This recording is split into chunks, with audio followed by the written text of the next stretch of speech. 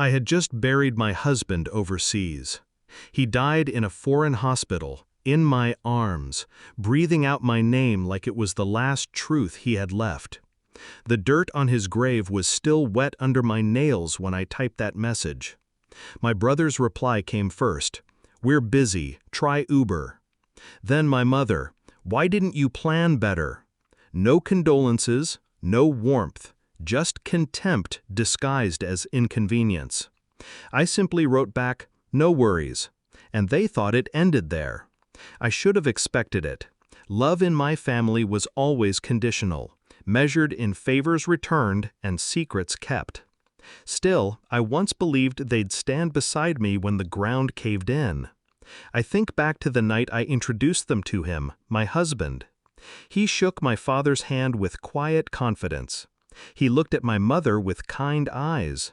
He offered my brother advice he didn't deserve. And for the first time, I thought maybe the cracks in my family could heal. But love, in their eyes, was weakness. They mocked his accent behind his back. They laughed at his small gifts, his old car, his insistence on honesty. And when I chose him, I unknowingly declared myself the enemy. The betrayal revealed itself slowly, like rot beneath paint. A bank statement missing a comma. A conversation cut short when I entered the room. My brother suddenly flush with money he never earned. My mother making suggestions about how I should sign power of attorney while I was overseas. Then, the undeniable proof. My husband's life insurance file. Altered, signatures forged. My own mother's handwriting, looping and elegant, feeding my brother's greed. While I held my dying husband, they had been dismantling everything he worked for. I didn't cry. I didn't confront them. I let the betrayal settle inside me like steel cooling into a blade. Grief makes most people reckless. It made me patient. I learned the details first. Every wire transfer, every call, every document. I copied, recorded, archived. Silence became my camouflage. I smiled in texts, played the helpless widow, while building the case brick by brick. Then I moved my husband's ashes quietly back home, without ceremony, no announcement, no invitation. I wanted them unprepared. The group chat message, the one about my flight, wasn't a request, it was bait. And they swallowed it whole, spitting their disdain back at me, not realizing they'd just signed the confession I needed. Execution began the moment I landed. Not an Uber, not a ride from them, but a black car that waited for me, driven by a lawyer I had already hired. In the trunk, sealed folders, every document, every recording, notarized and stacked like ammunition.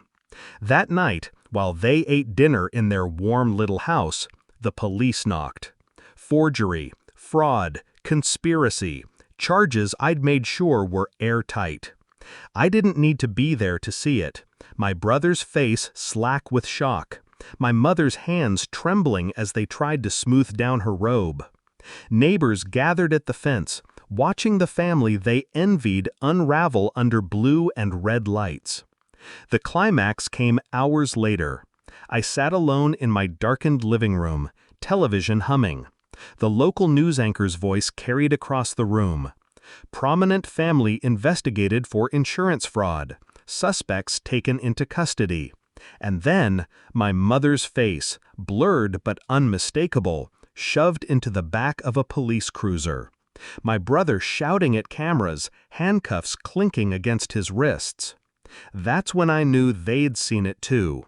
They'd dropped their phones, I imagined, watching their own downfall play out in real time. They finally knew the cost of choosing greed over blood. Do I regret it? No. I gave them the same mercy they gave me. None. While I buried my husband, they buried any claim they had to me. And here's the quiet truth. Revenge doesn't roar. It doesn't scream or thrash. It whispers. It waits. And when it arrives, It fits so cleanly into the wound that the pain feels almost like justice. Now the house is silent. The ashes rest on the mantel. And for the first time, I feel something close to peace. They thought I was asking for a ride home. What I was really asking was whether they wanted one last chance to stand beside me. They said no. So I gave them the ride they deserved, straight into the ruin they built. And I didn't even have to lift a finger. Just one text. No worries.